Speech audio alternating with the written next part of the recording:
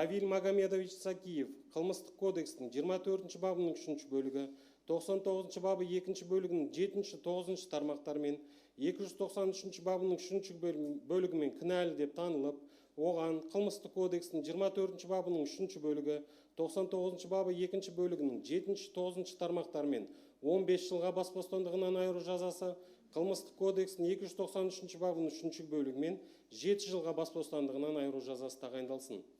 Қылмыстық кодекстің 58 бабының 4 бөлігіне сәйкес жазаларды ішінара қосу жолымен Равиль Магомедович Сакиевке түпкілікті 20 жылға бас бостандығынан айыру жазасы тағайындалсын. Жазасын қылмыстық атқару жүйесінің орташа қауіпсіз мекемелерінде өтеу белгіленсін.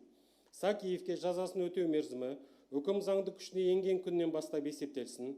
Күзетпен ұстау бұлтартпау шарасы үкім заңды күшіне енгенге дейін өзгеріссіз қалдырылсын. Қылмыстық кодекстің 62 бабы 3 бөлігінің 2 тармағына сәйкес Сакиевтің 2024 жылғы 4 қазанынан бастап үкім заңды күшіне енгенге дейінгі күзетпен ұстауда болған уақытының бір күні орташа қауіпсіз мекемелерінде бас бостандығынан айыру түріндегі жазаны өтеудің 1,5 күні есебімен жаза мерзіміне есепке жатқызылсын.